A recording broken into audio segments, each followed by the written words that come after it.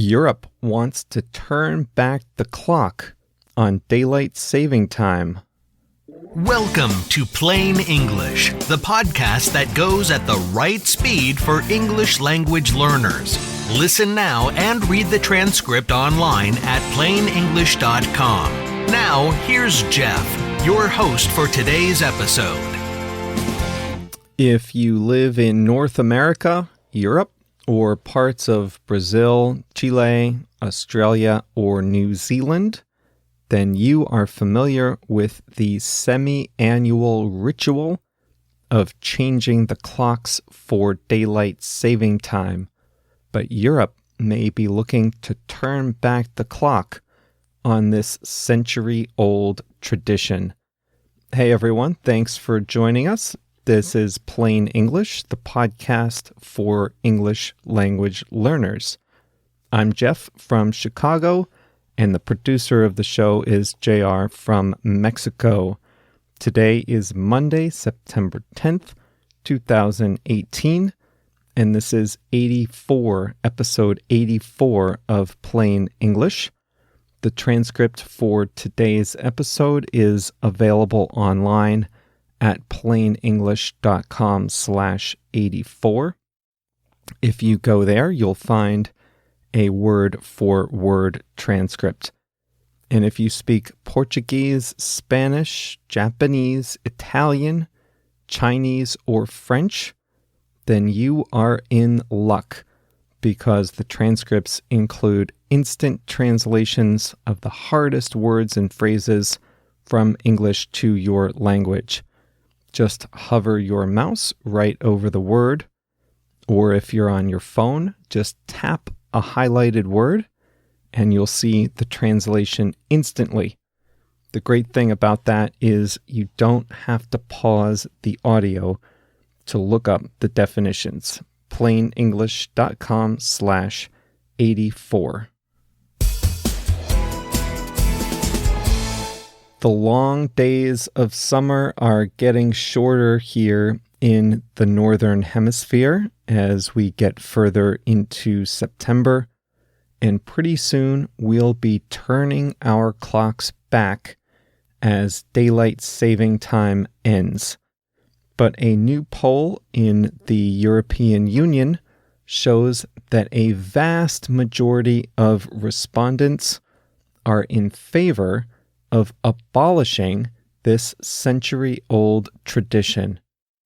In fact, the European Commission will recommend that European countries be allowed to keep one permanent time all 12 months of the year.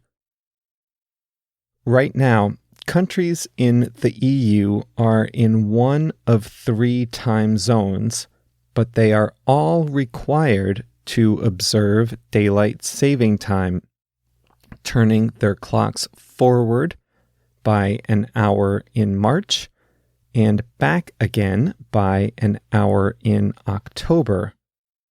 The new proposal would allow each individual country the freedom to choose whether to observe daylight saving time or not. Jean-Claude Juncker, the president of the European Commission, said that 80% of survey respondents were in favor of abolishing the annual time changes.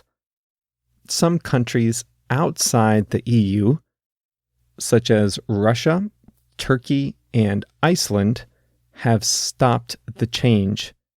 In fact, Turkey waffled a bit, at first abolishing the time changes in 2016, then reinstating them in 2017, then immediately reversing its decision. So, as best I can tell, Turkey is still not changing its clocks this year. The idea of daylight saving time was first introduced in Britain and New Zealand in the early 1900s, but was first implemented in Germany as a way to save coal during World War I.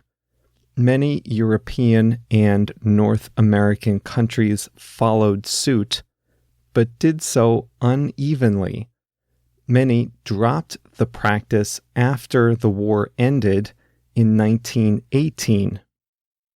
But it wasn't until the 1970s that the practice became widely used and widely adopted around Europe and North America in response to an energy crisis in which fuel costs were high and there were shortages of heating fuel.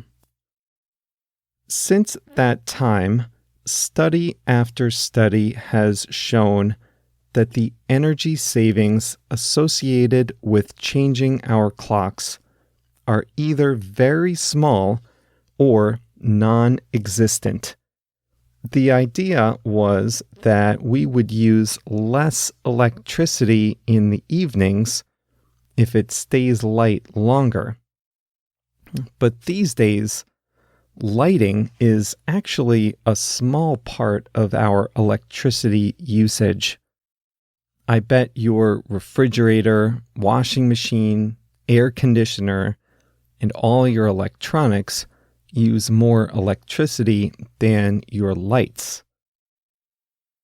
It's a common myth in the United States, and I have no idea where this myth came from, that daylight saving time helps farmers and the agriculture industry. But this isn't true at all. If you work the land, then you will work whenever the sun comes up, regardless of what the clock says.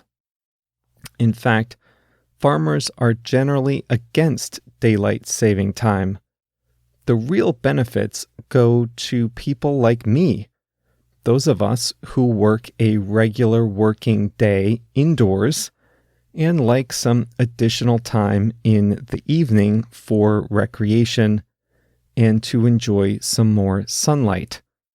So if that's the main benefit, then why not just keep the summer hours and abolish the change back to winter hours altogether? That's what some people in the EU are hoping to do.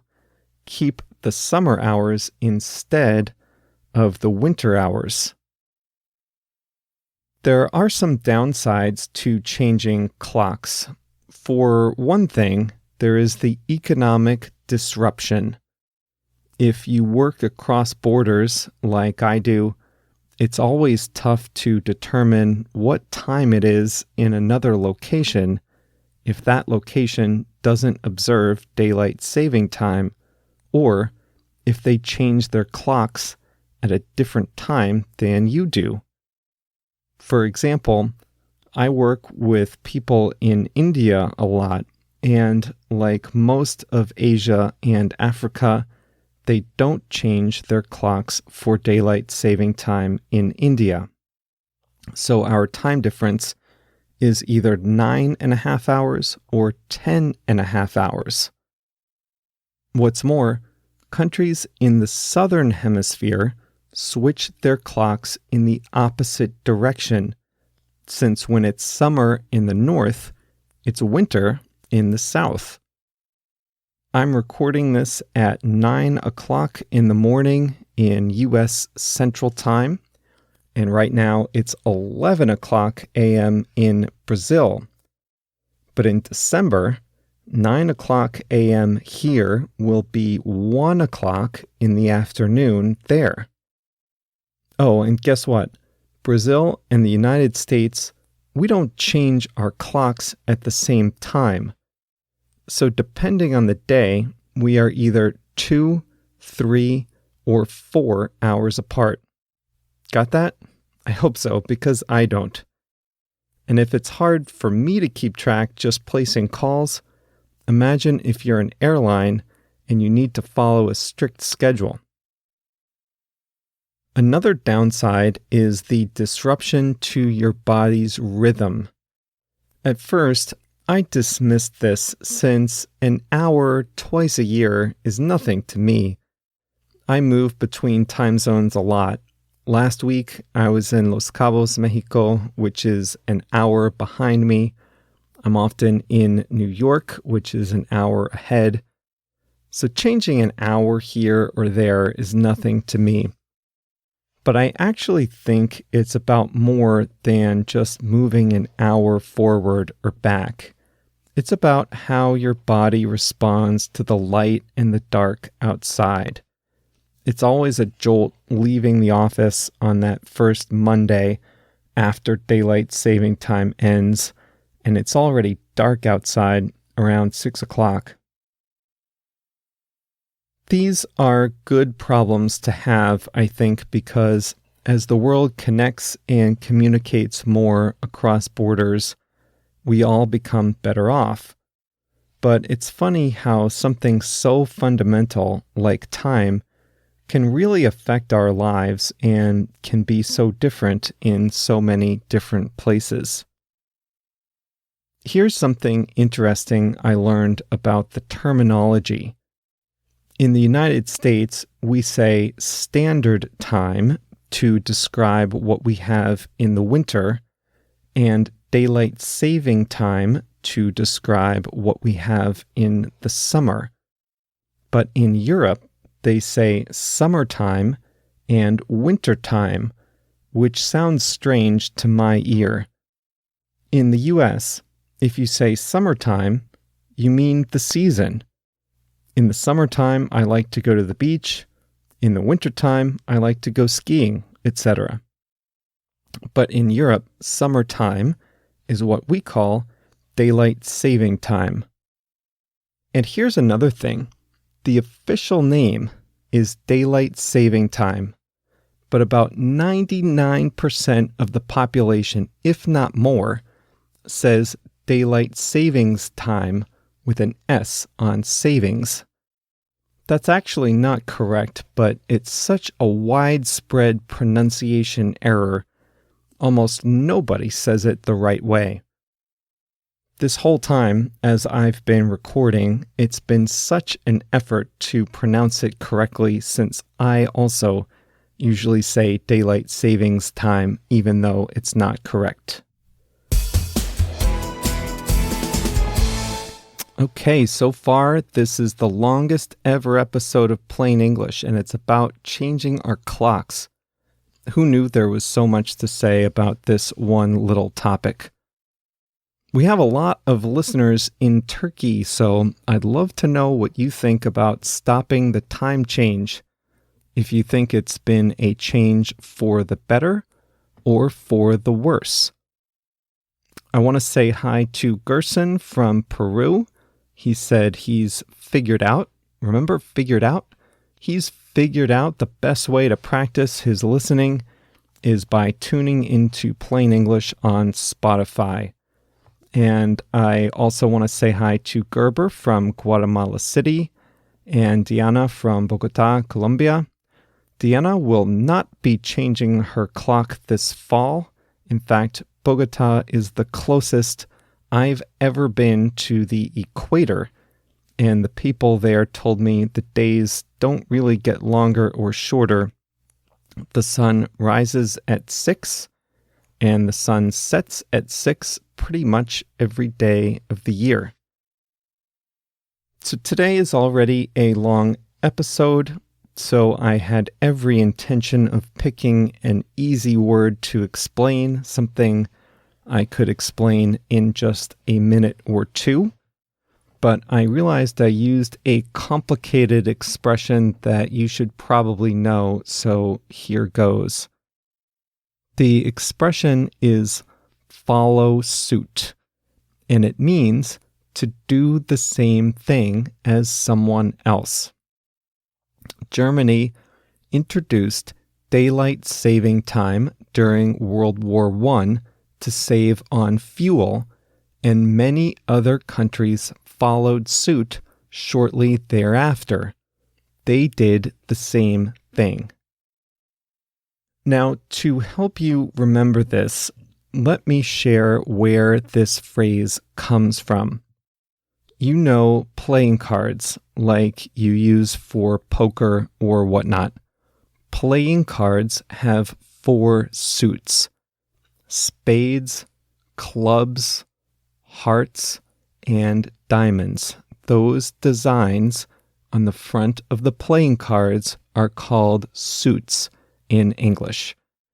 And in many card games, when one player plays a card of one suit, the next player has to play a card of the same suit.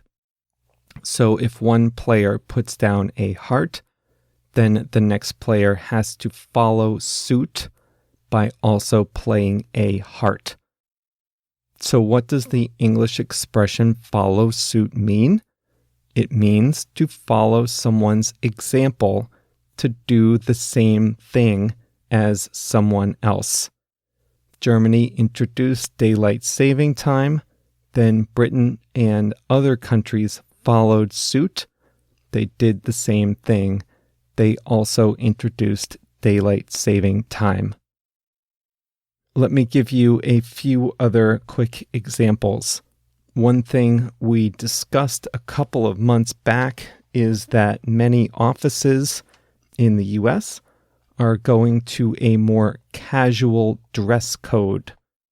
Recently, a lot of companies in my industry let their employees wear jeans any day of the week. And about a year ago, my company followed suit.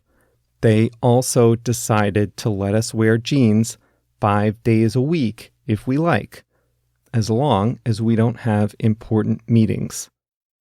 Our competitors first started doing it, then my company followed suit.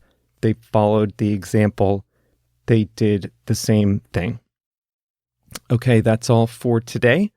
Thanks for hanging in there with us with this long episode. Quick plug for the email list before we go, plainenglish.com/mail if you want to get the email summaries of each episode with links to English articles about the main topic and one bonus vocabulary word or phrase each episode. That's twice a week. Go to plainenglish.com/mail and sign up. JR and I will be back again on Thursday with episode number 85. Don't forget to join us twice a week by clicking subscribe in your podcast app or follow if you listen on Spotify. We have tons and tons of new listeners, and JR and I are both so happy to have each and every one of you with us. Congratulations on learning English. It is a great thing to do. And if you're listening to and understanding this program, then you have already learned a lot and you have a lot to be proud of. See you right back here on Thursday.